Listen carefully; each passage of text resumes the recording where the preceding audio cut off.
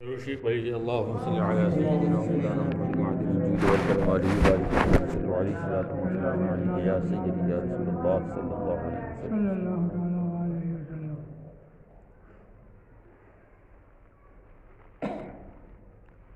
شیطان کے مختلف نام رکھے گئے ہیں، اللہ کی طرف سے ہے. فرماتے ہیں کہ شیطان کا نام پہلے آسمان پر عابد رکھا ہوا ہے. عابد کے معنی عبادت کرنے والا. دوسرے آسمان پر اس کا نام زاہد ہے. تیسرے آسمان پر اس کا نام عارف ہے.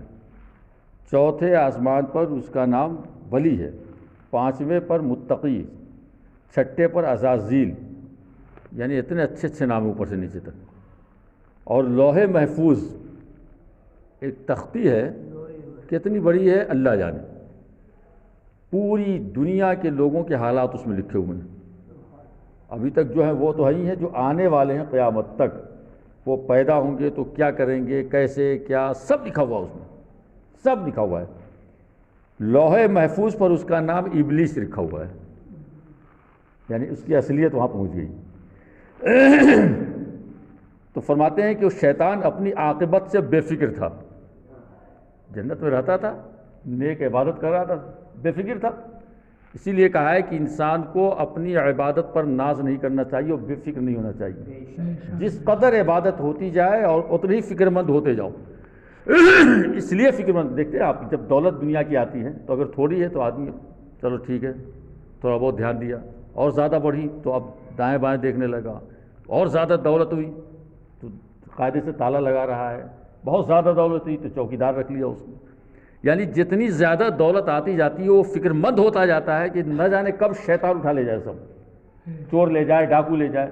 تو اسی طرح انسان جب عبادت میں ترقی کرتا چلا جائے تو اتنی ہی زیادہ فکر مند ہوتا جائے کہ کہیں ایسا نہ ہو کہ شیطان ہمارے اوپر شب خون مار دے اور سب ہمارا برباد ہو جائے. جتنی زیادہ دولت آتی جائے علم کی یا عمل کی، اتنی ہی زیادہ فکر مند ہونا چاہیے. مگر نادان جاہل لوگ جو ہوتے ہیں وہ بیوقوف کہتے ہیں ارے تو میں 5 وقت کی نماز پڑھتا ہوں، میں نے حج کر لیا، معاذ اللہ سے ہوا، اسی میں مست رہتے ہیں وہ، اور شیطان ان کو گمراہ، یہ بھی گمراہ ہو رہا ہے، یہ اس طرح بول کے بھی گمراہ ہو رہا ہے. تو فرماتے ہیں کہ شیطان اپنی عاقبت سے بے فکر تھا. جب اسے حضرت آدم کو سجدہ کرنے کا حکم ملا تو کہنے لگا اے اللہ تو نے اسے مجھ پر فضیلت دے دی، میں اس سے بہتر ہوں. تو نے اسے مجھ پر فضیلت دے دی حالانکہ میں اس سے بہتر ہوں. تو نے مجھے آگ سے اور اسے مٹی سے پیدا کیا، اور آگ مٹی سے افضل ہے. اس نے اپنے حساب سے بات کی. خداوند تعالیٰ نے فرمایا میں جو چاہتا ہوں وہ کرتا ہوں. شیطان نے اپنے آپ کو آدم علیہ السلام سے بہتر سمجھا. تو اب ہمیں یہ سننے کے بعد ہر اس چیز سے بچنا ہے کہ جو چیز اللہ کے غضب کو دعوت دیتی ہے. تو فرماتے ہیں کہ اپنے آپ کو اس نے آدم علیہ السلام سے اپنے کو بہتر سمجھا، اور تکبر کی گھمنڈ کی وجہ سے آدم سے منہ پھیر کے کھڑا ہو گیا. تکبر کی وجہ سے جب فرشتے آدم علیہ السلام کو سجدہ کر کے اٹھے، اللہ نے کہا سجدہ کرو، سب نے سجدہ کیا، سارے فرشتے سجدے میں چلے گئے.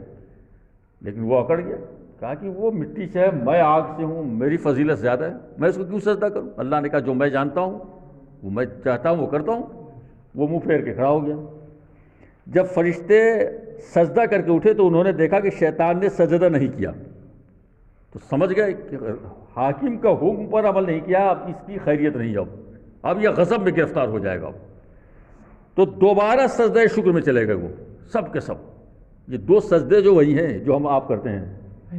فوراً سجدہ شکر ادا کیا کہ اللہ تیرا شکر ہے کہ تو نے مجھے اپنے غضب سے بچا لیا ہم لوگ. لیکن شیطان ان سے بے تعلق کھڑا رہا اور اسے اپنے اس فعل پر کوئی شرمندگی بھی نہیں ہوئی. آج وہ لوگ جو گناہ کرتے ہیں، بدتمیزی کرتے ہیں، اپنے آپ کو گھمنڈ اور تکبر سے اچھے سے اپنے کو بہتر سمجھتے ہیں، وہ سوچیں کہ ان کا کیا ہوگا. جی آدمی کو ہمیشہ غلط کرنے کے بعد شرمندہ ہونا چاہیے. تب اسے اللہ تعالیٰ نے اس کی صورت مسخ کر دی، بدل دی. کیسے؟ خنزیر کی طرح سے. اللہ نے خنزیر کی طرح اس کی صورت بنا دی. تو کہتے ہیں کہ اللہ نے اس کی صورت مسخ کر دی، خنزیر کے لٹکا ہوا منہ، سر اونٹ کے سر کی طرح، سینہ بڑے اونٹ کے کوہان جیسا. یعنی یہ سب وہ بدصورتی والی چیز. ان کے درمیان چہرہ ایسے جیسے بندر کا چہرہ، آنکھیں کھڑی، نتنے حجام کے کوڑے جیسے کھلے ہوئے، ہونٹ بیل کے ہونٹوں کی طرح لٹکے ہوئے، دانت خنزیر کی طرح باہر نکلے ہوئے، اور داڑھی میں صرف 7 بال۔ اسی صورت میں اسے جنت سے نیچے پھینک دیا گیا، اتنی بری حالت بنا کے ابلیس کو پھینک دیا گیا، بلکہ آسمان و زمین سے جزائر کی طرف پھینک دیا گیا۔ اب وہ اپنے کفر کی وجہ سے زمین پر چھپا چھپا پھرتا ہے اور قیامت تک کے لیے لعنت کا مستحق بن گیا۔ تو سامنے نہیں آتا، وہ چہرہ اس کا اتنا بدنما ہے، وہ جلدی سامنے نہیں آتا وہ، اور قیامت تک کے لیے لعنت کا مستحق ہو گیا ہے۔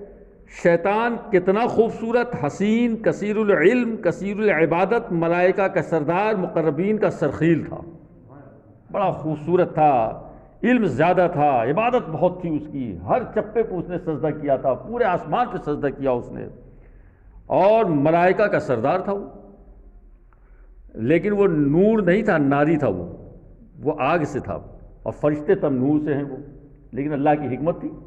مطلب یہ ہے کہ اللہ کو یہ بھی دکھانا منظور تھا کہ اسے معلوم تھا عالم الغیب والشہادہ ہے کہ دنیا میں لوگوں کو پیدا کریں گے تو کچھ لوگ ہوں گے جو اپنی مضبوطی پر بھروسہ کریں گے، ارے میں تو پکا مسلمان ہوں، میرے باپ دادا، مجھے کوئی ہلا نہیں سکتا۔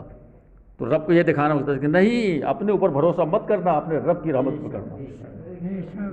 شیطان کو گمراہ کرتے ہوئے دیر نہیں لگتی ہے جی۔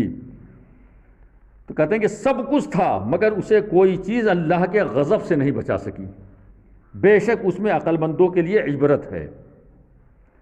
ایک روایت میں ہے کہ جب اللہ تعالیٰ نے شیطان کی گرفت کی تو جبریل و میکائیل رونے لگے، سب سے مقرب فرشتے، جبریل علیہ السلام اور میکائیل علیہ السلام یہ سب سے مقرب فرشتے ہیں، رونے لگے۔ رب نے فرمایا کیوں روتے ہو؟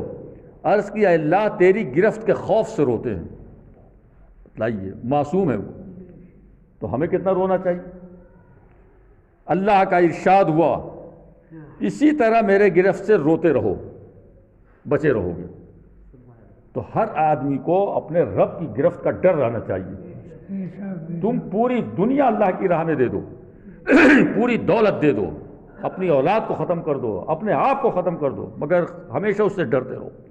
یہ گھمنڈ مت کرو کہ ہم نے اتنا دے دیا تو میں نے یہ کر دیا، نہیں، اور اس نے قبول کیا نہیں کیا، ابھی کچھ پتا بھی تو نہیں ہے، اس لیے اللہ کی گرفت سے ڈرتے رہنا چاہیے۔